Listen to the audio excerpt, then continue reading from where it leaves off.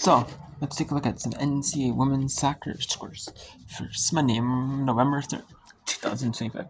We have conference tournament playing anyway. We had some earlier today. We had number 23 Baylor beat number 15 Texas Tech at Texas Christian University. 7-6 in penalty kicks. Baylor won. It was a 1-1 tie in regulation in the overtime.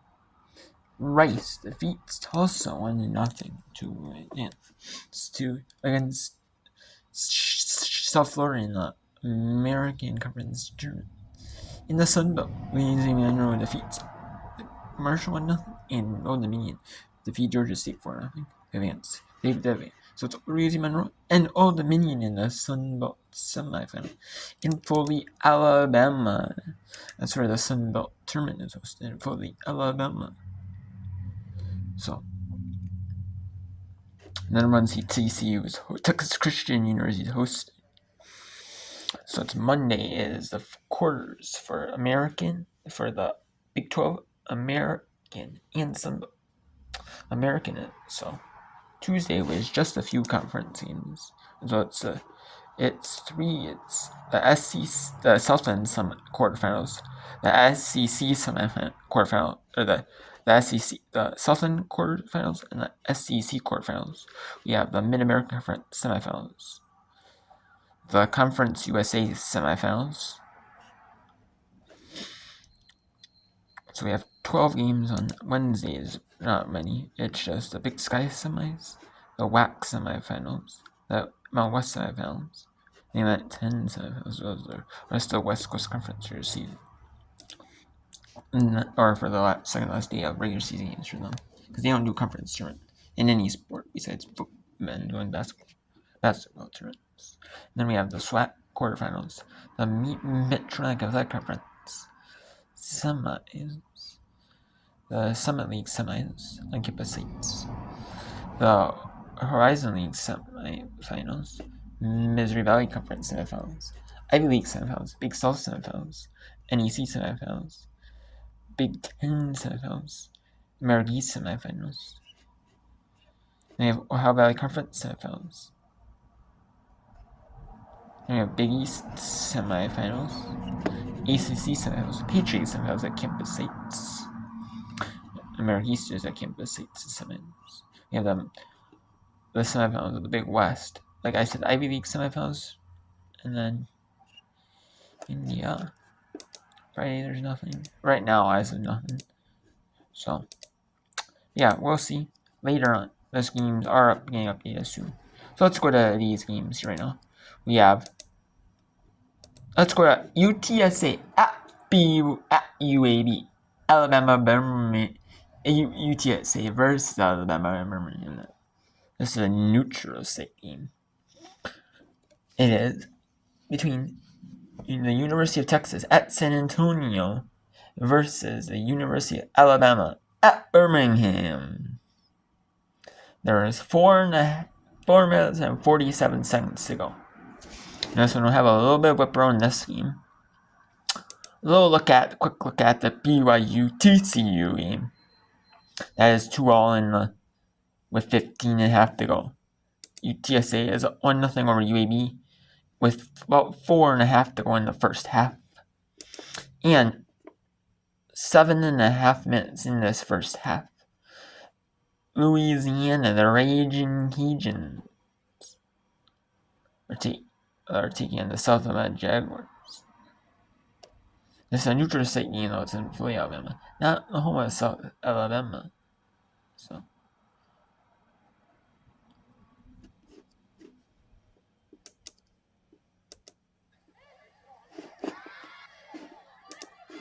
lone goal has come from the first substitution. Shell Polo now with her 4th goal in her last 6 appearances. The difference in this first half with 3:40 to play.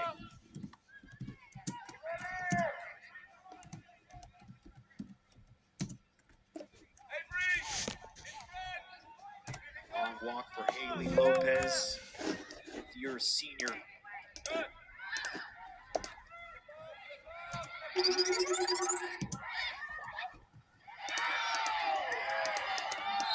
UTSA wants a handball. They get it.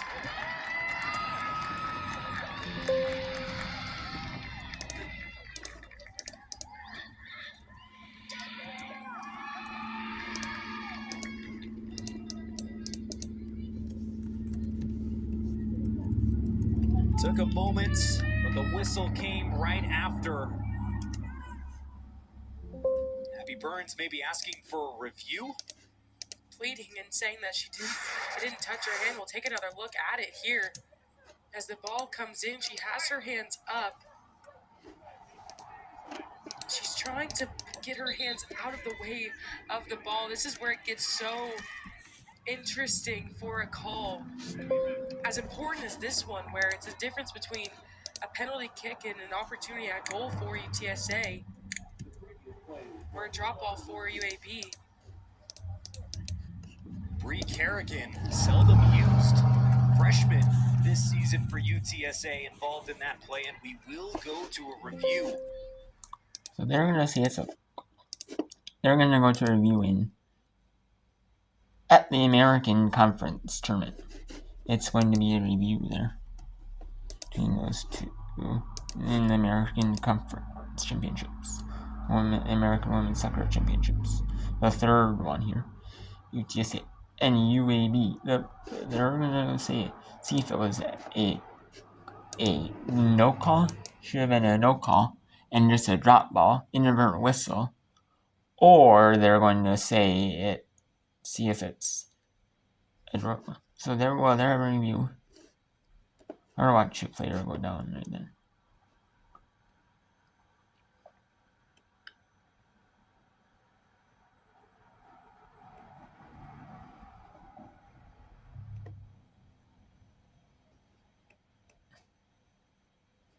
And while we have that, let's go to the Sun Belt.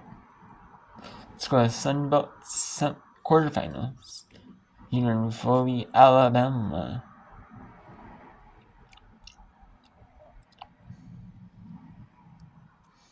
I'm going to Sun Belt a little bit earlier than I was thinking about the Sun Belt before, but it actually plays out though, because you can get in the Big 12s, you can see the Big 12s a little bit later on.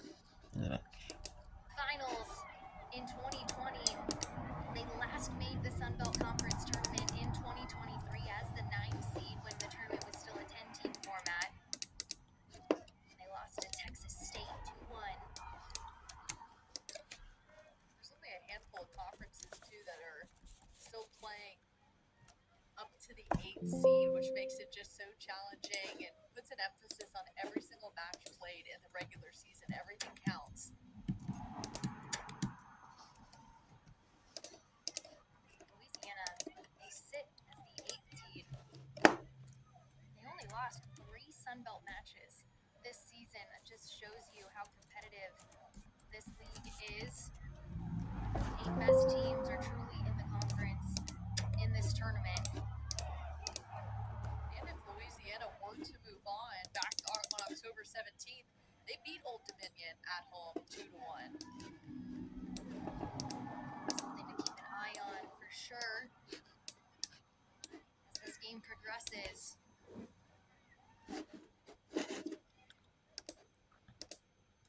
So let's go to the Big 12s. Now let's go to the Big 12, the Big XI tournament, where BYU at TCU. And you can say at TCU in this conference championship quarterfinal, because TCU is the one hosting this conference championship tournament. And can you say,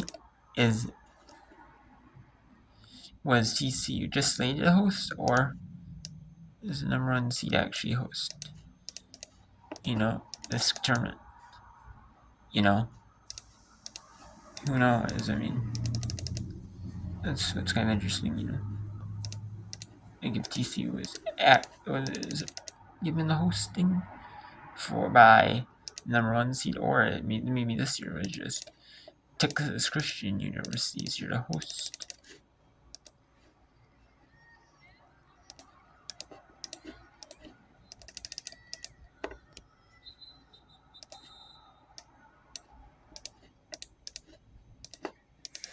timeout.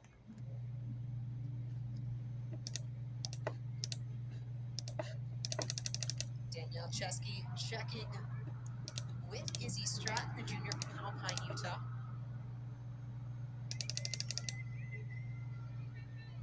That was an interesting stop of play there. I'm not really quite sure why they stopped the play, and I don't think it was Stratton being chippy with the referee and talking back. I think the referee was checking in on her for some reason.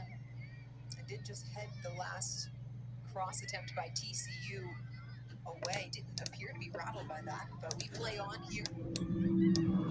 Stratton is the workhorse of the back line. She's logged 90 minutes in 5 straight matches for the Cougars. Chance to go further in this one as we are nearing the 10-minute mark, 2 apiece. Geller coming out. That was a dangerous. And in this match, there's been a lot of scoring in the second half in this match. In this BYU-TCU match. It was in the first half. 1-0. Brigham Young had a 1-0 advantage. But in the second half, in that second half here,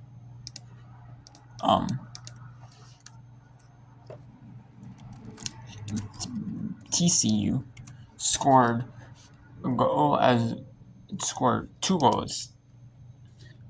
Both teams have scored, also. Brigham Young scored once, and Texas Christian University has scored twice, so it may go to overtime here in this game. I mean, I don't know though. I mean, the way this game is going, it looks like it could be anyone's game. I mean, it looks like TCU has won because they took last goal. But you never know, though. You do never know. I mean, it could be anyone's game.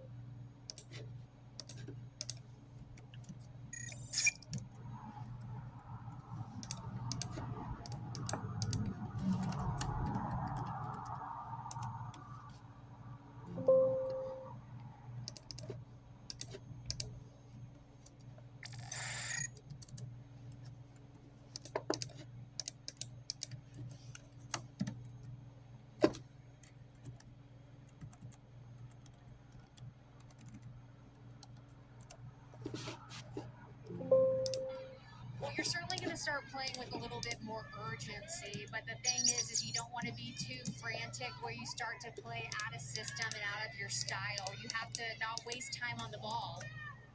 But you have to stick to what your game plan is and your true identity as a team. And TCU, despite being the number 1 seed, it's not the best team. 8th best team to contribute, even the number 1 ranked team. TCU now is. BYU and TCU is the 5 overall team. Identity of what makes you who you are. TCU has an identity of being a quality team in the final 10 minutes. They have 5 victories this year with the game winner coming in the 80th minute.